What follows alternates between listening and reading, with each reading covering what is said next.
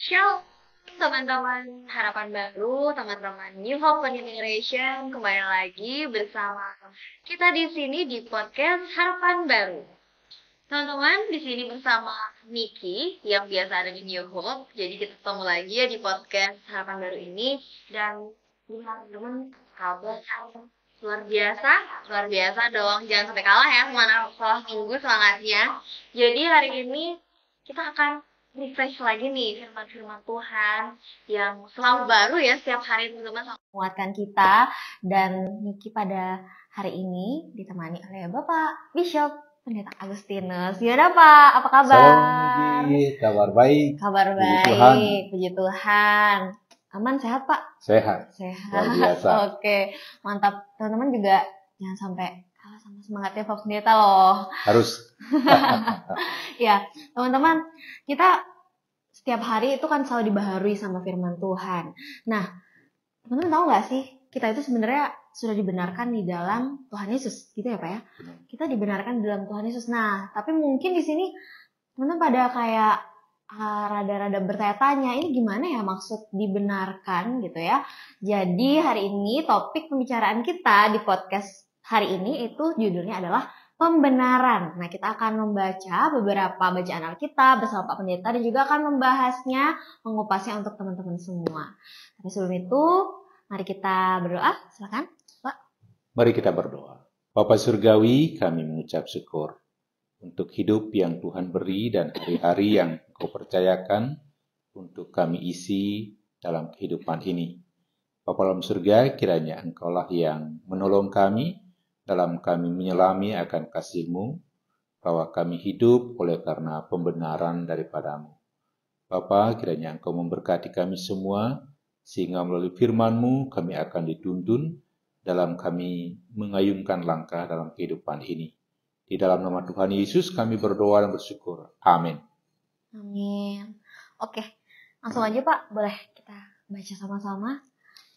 Baik, dalam topik pembenaran, firman Tuhan yang pertama diambil dari Roma pasal 3 ayat 23 sampai 26.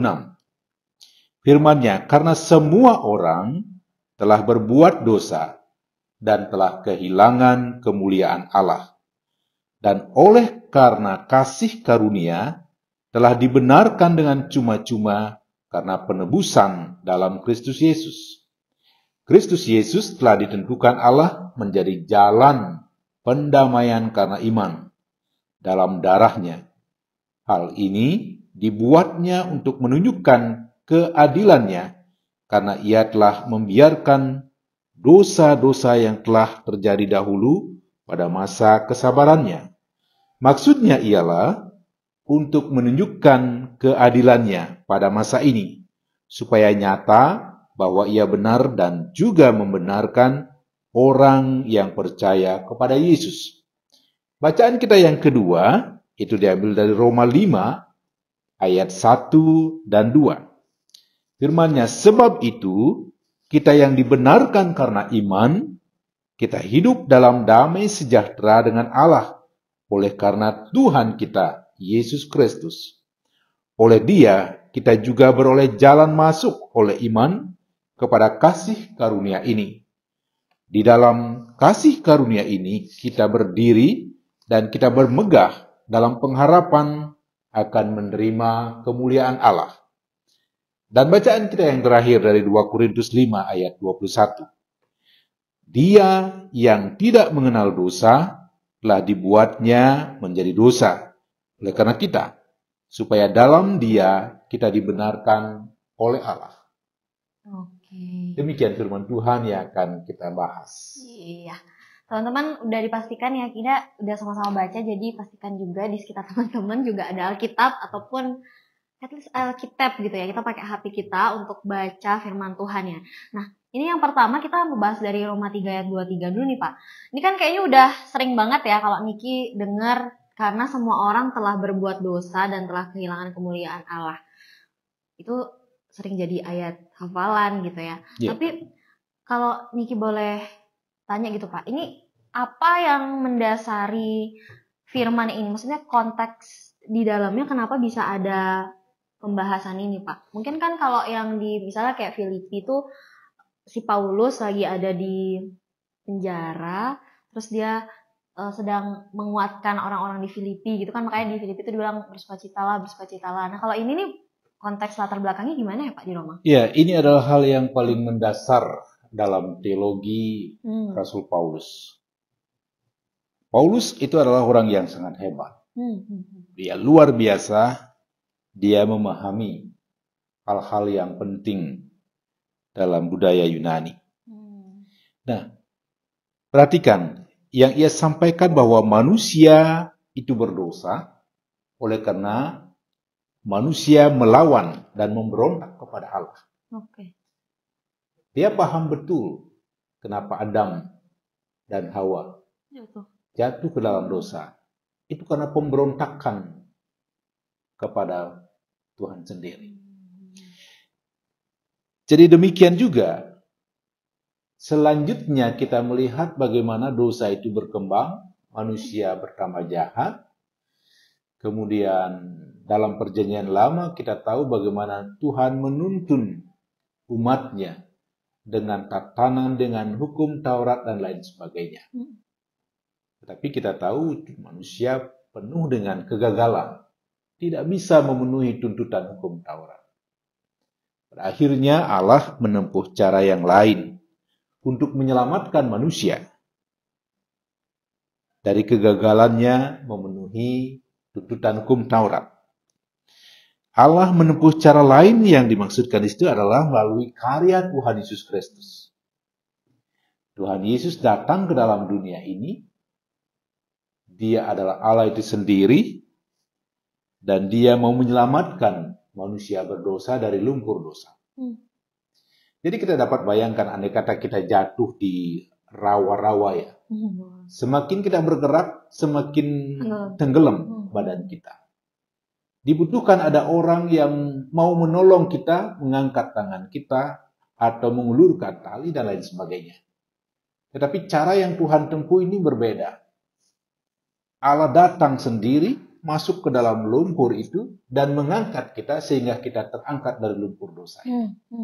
Nah, itu yang dilakukan oleh Tuhan, kalau saya gambarkan di dalam analogi tadi ya. Bagaimana Allah turun ke dalam dunia ini, mencari dan menyelamatkan kita yang berdosa ini. Atau mungkin dengan ibarat yang lain, ketika kita misalnya terbawa arus di laut. Tuhan tidak berteriak, rentangkan tanganmu, ayunkan kakimu, dan lain sebagainya. Tapi Tuhan terjun langsung dan menyelamatkan kita. Itulah yang terjadi di dalam Tuhan Yesus Kristus untuk umat manusia.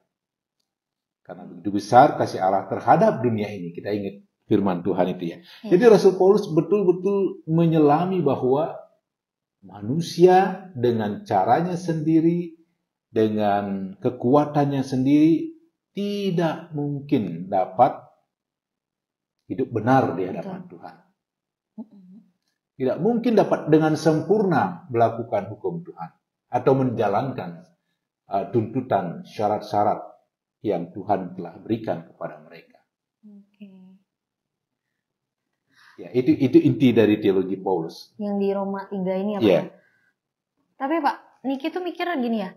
Pernah juga sih sebenarnya dengar. Karena ini kan tadi Bapak bilang dari Roma 3 ayat 23 itu manusia memberontak melawan Allah. Sampai akhirnya Allah menurunkan, Tuhan memberikan hukum, memberikan aturan. Betul. Nah, lewat hukum 10 berarti itu ya? Ya, Taurat. Taurat. Nah, pernah gitu, Niki tuh dengar kalau karena hukum Taurat lah kita jadi mengenal dosa. Itu gimana Pak? Pernyataan orang yang kayak gitu tuh gimana tuh Pak? Kalau itu analoginya gini. Duluan mana ada pelanggaran, kemudian ada peraturan. Iya sih, ada pelanggaran, baru ada peraturan baru dibuat peraturan supaya manusia tidak terus melanggar, kan seperti itu. Iya. Nah, jadi dalam kehidupan manusia, Tuhan sudah firmankan ketika Adam dan Hawa bahwa mereka boleh makan apa saja di dalam taman itu kecuali satu, yang pohon di tengah pohon yang Tuhan larang untuk mereka petik, ya itu sebenarnya apa jenis pohon itu apa kita tidak paham, tetapi itu adalah suatu perintah dari Tuhan yang harus mereka ikuti. Nah, akhirnya mereka akan melanggar. Nah, adalah hukuman. Kemudian ada peraturan yang dibuat oleh Tuhan untuk manusia supaya relasi antara Tuhan dengan manusia itu tetap terbina. Sama dengan kalau kita mengendarai di jalan tol dan lain sebagainya, itu kan ada rambu-rambu yang harus kita patuhi. Kecepatan kita berapa, kalau ada traffic light kita harus bagaimana, ada saat penyeberangan kita harus bagaimana, kalau mendahului atau menyalip, kalau kecepatan tinggi harus di ruas jalan yang mana dan lain sebagainya. Nah, demikian juga dalam tatanan kita ketika kita berhubungan dengan masyarakat, ketika kita hidup di tengah-tengah umat, ketika kita punya tanggung jawab terhadap alam ini, Tuhan sudah mengatur sesungguhnya kehidupan kita manusia. Hanya seperti itu Tuhan maksudnya manusia itu nggak mungkin bisa memenuhi semuanya. Tapi ini jadi bolak-balik ya Pak Niki mikirnya, kalau memang manusia tidak mungkin bisa memenuhi semuanya, kenapa Tuhan tetap mengadakan peraturan itu ya? Oh, itu karena sayangnya kepada manusia. Karena kalau tidak dibuatkan aturan, manusia itu pasti jahat gitu, akan habis, selesai. Tuhan menaruh aturan justru karena sayangnya kepada manusia, bukan karena Tuhan membenci manusia, tapi ini loh yang akan menghantar kamu sampai pada tujuan. Tapi toh mereka gagal. Karena itu Rasul Paulus melihat dan mengingatkan betapapun upaya kita, sekuat apapun sebagai seorang manusia, kegagalan itu pasti akan terjadi. Mungkin katakanlah sehari kita berusaha, Tuhan mampukan saya untuk berpikir yang positif, mampukan saya untuk melakukan yang positif dan lain sebagainya. Tiba-tiba kita diseruduk sedikit aja kita udah marah. Oh, gagal lagi. Saya gagal untuk melakukan hukum Tuhan. Saya kok berpikir yang negatif terhadap teman saya. Saya kok melakukan hal-hal yang tidak seharusnya saya lakukan. Dan lain sebagainya. Tidak mungkin kita sempurna dalam satu hari itu. Tidak mungkin sempurna.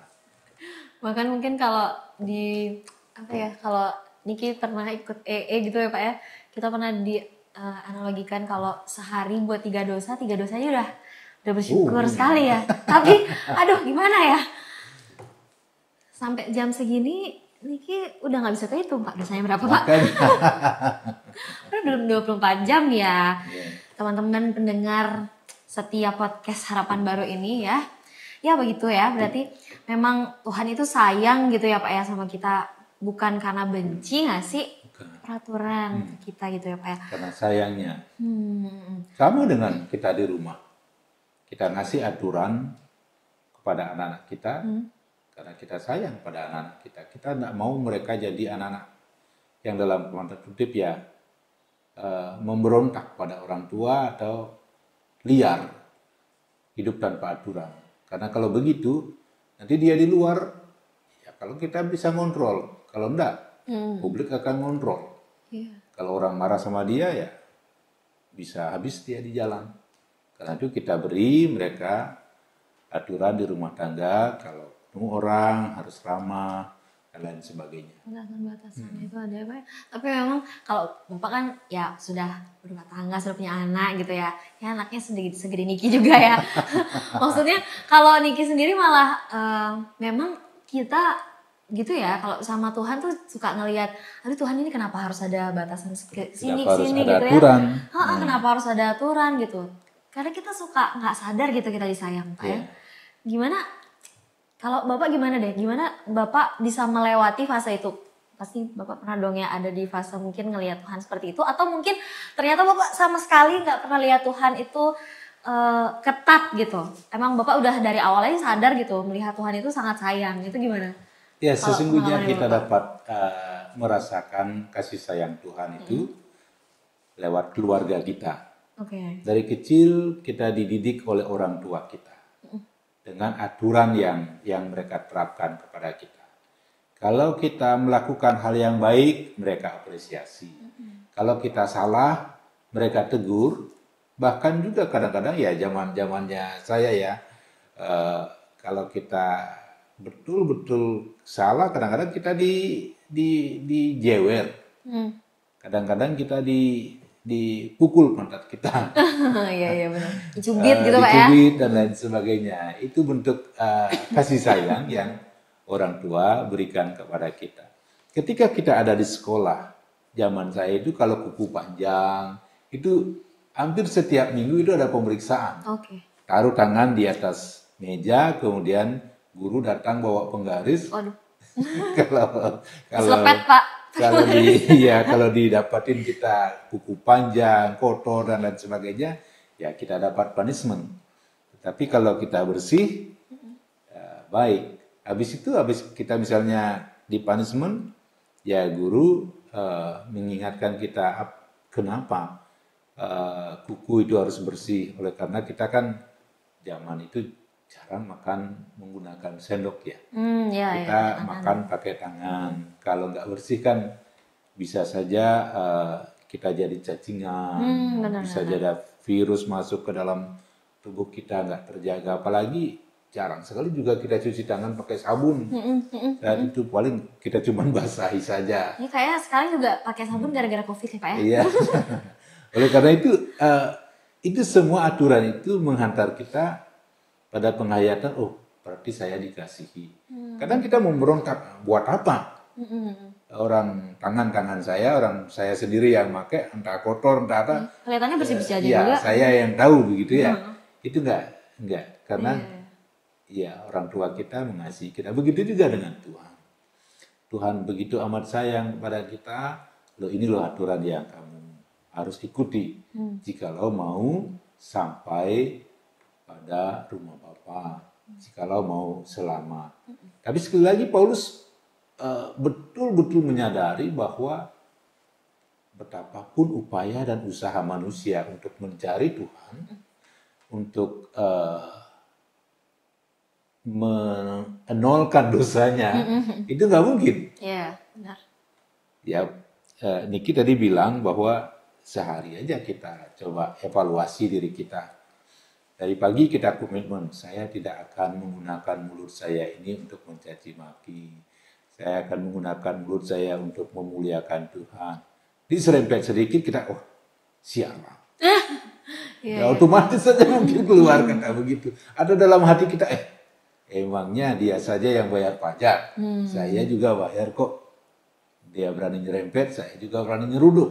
Seperti itu. Jadi kadang-kadang ya, kalau kita coba renungkan, nggak mungkin saya hidup benar.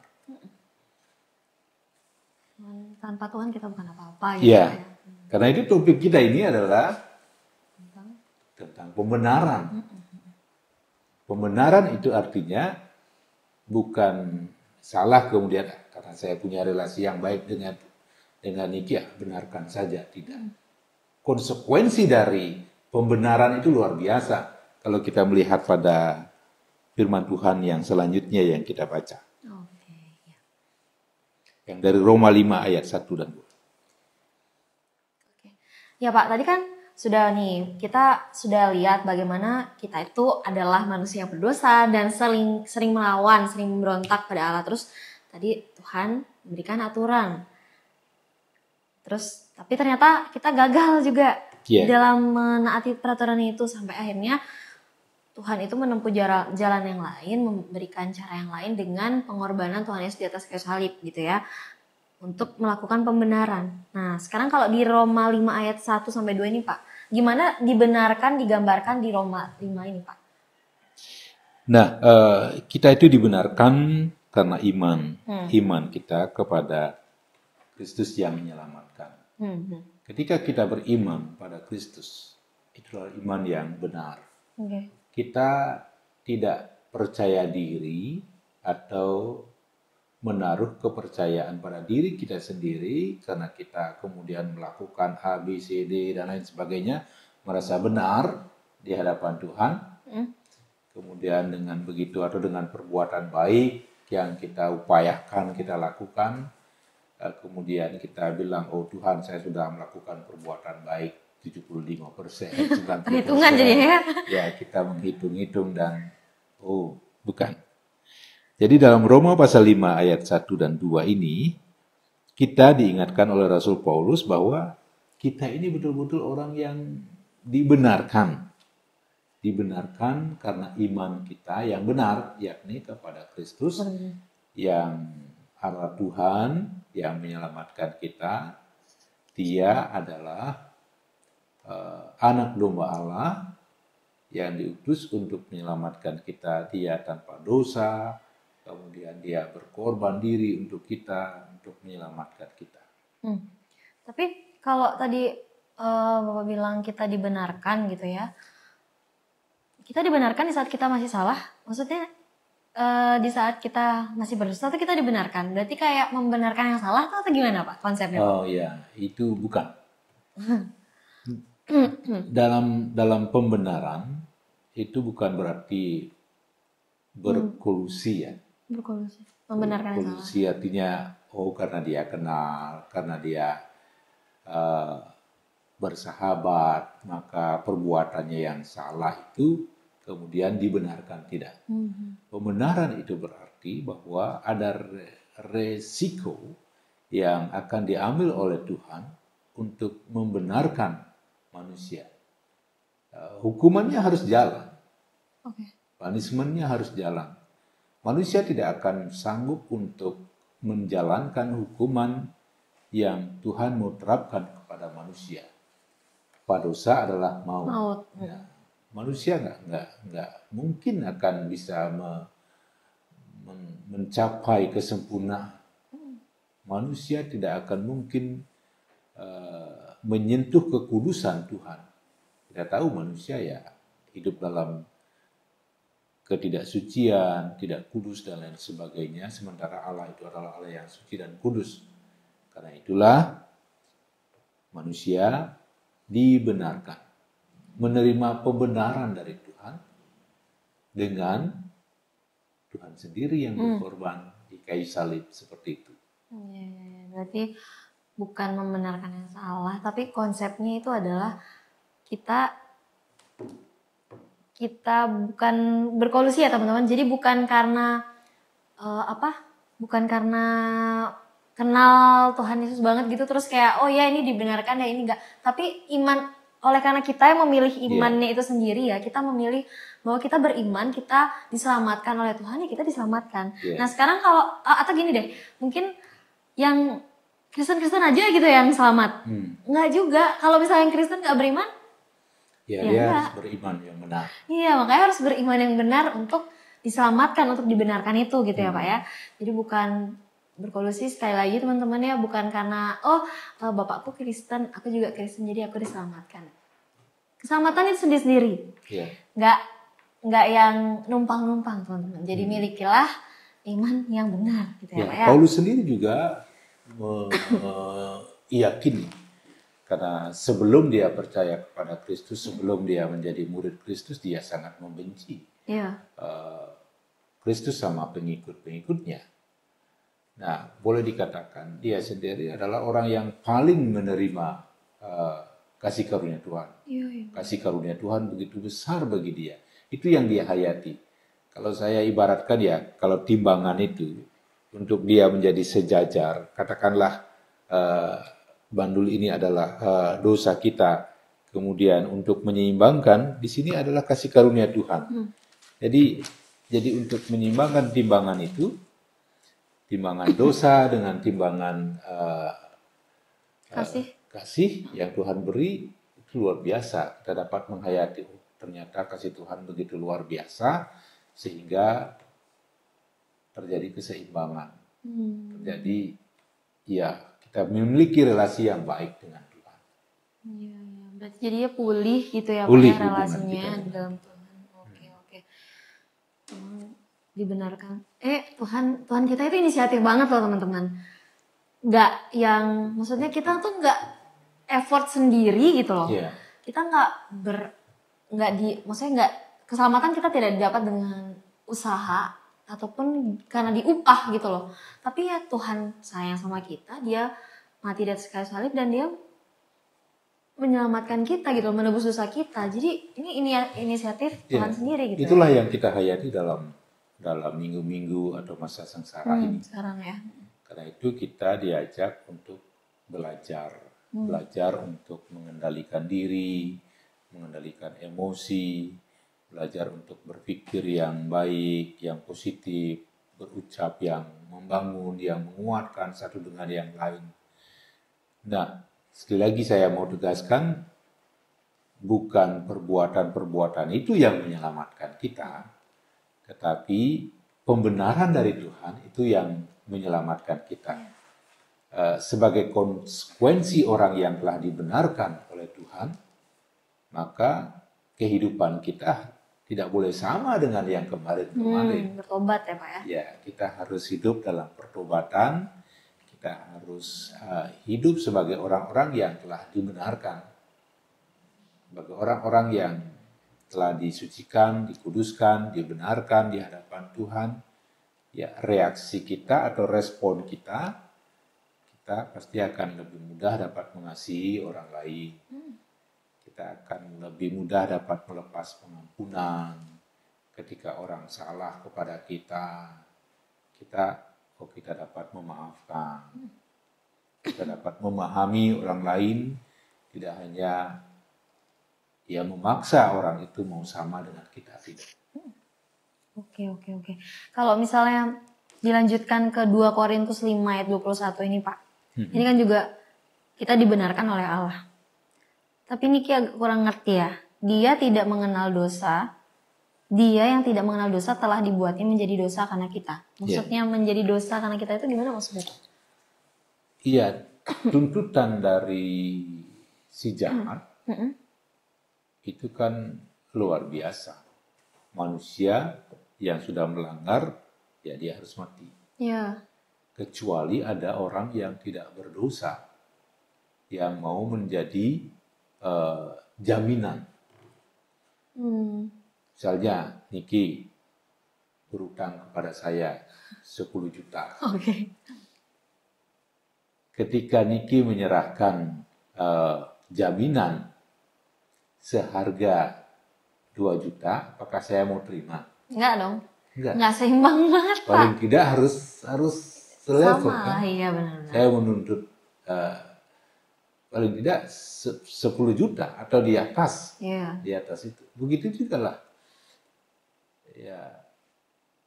Karena itu untuk menebus dosa manusia harus ada orang yang hidupnya tanpa dosa.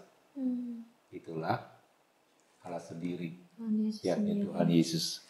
Nah, yang Niki tanyakan tadi di 2 Korintus, ya saya baca lagi ya.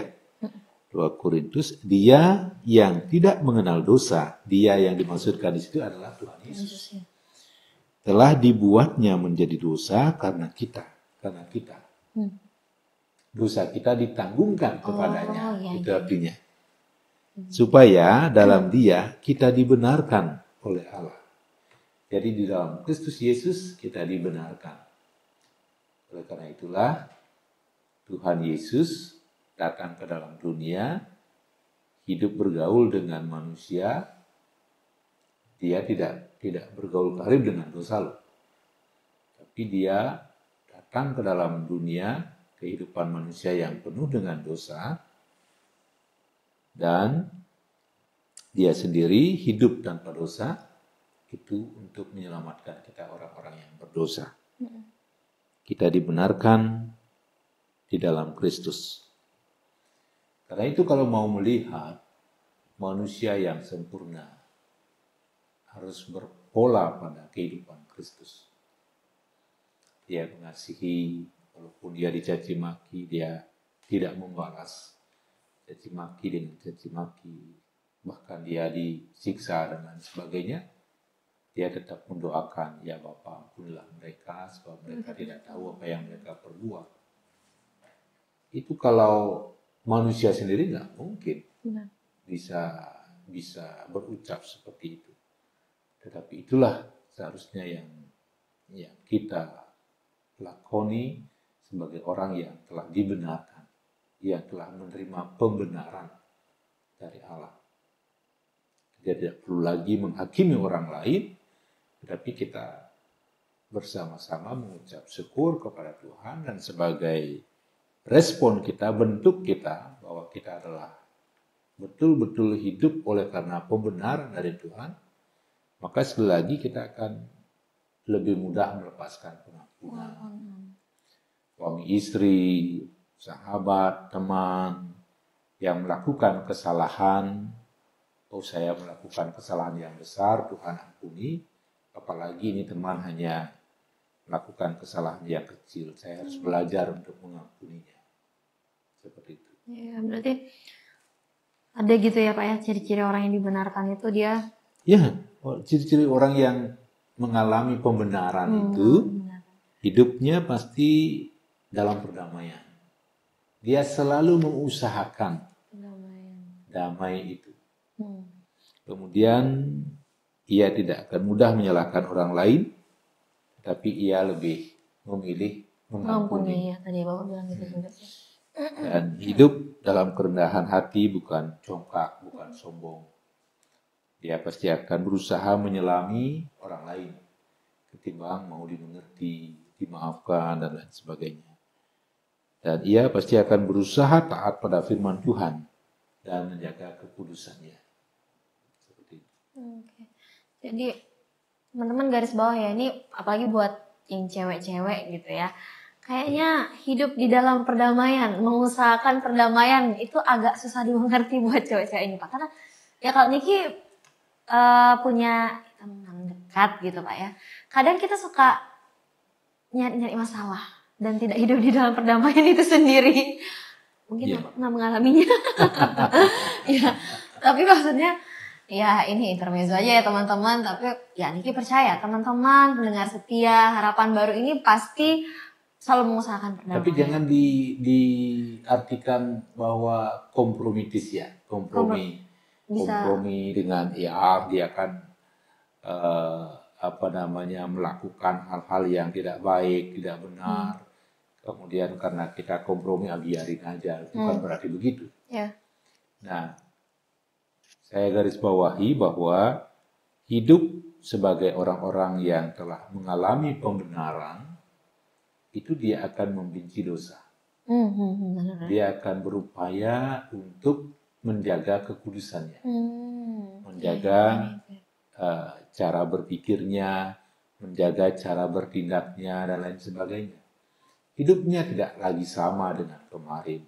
Dia akan berusaha untuk hidup yang lebih baik dari kemarin-kemarin. Karena apa? Karena saya ini adalah orang yang dibenarkan. Saya hidup oleh karena pembenaran. Saya tidak mampu hidup benar di hadapan Tuhan. Tetapi Tuhan memberi kasih karunia-Nya kepada saya. Tuhan telah membenarkan hidup saya. Seperti itu. Ya, jadi sadar diri teman-teman. Kita nggak bisa membenarkan diri sendiri. Udah dibenarkan. Hiduplah dengan benar gitu di dalam Tuhan. Betul. Gitu ya Pak ya. Oke, ya Pak, kalau misalnya Niki mungkin pernah dengar juga ya, kayak misalnya nih yang di tangan kanannya Niki adalah Tuhan, yang kiri ini dosa, terus Niki di tengah-tengah. Kalau kita dekat sama dosa, pasti kita jauh dari Tuhan. Yeah. Kalau kita ke Tuhan, kita otomatis kok teman-teman jauh dari dosa. Kayak yang tadi Bapak bilang, kalau kita sudah sadar kita dibenarkan gitu ya di dalam Tuhan, kita otomatis akan menjaga kekudusan gitu Pak ya. Betul. Kita akan terus berupaya untuk nggak jatuh gitu loh di dalam dosa itu ya. Pasti Tuhan akan menolong gitu ya. Iya, kita harus kita harus katakan pada diri kita sendiri bahwa saya adalah orang yang telah dibenarkan oleh Tuhan.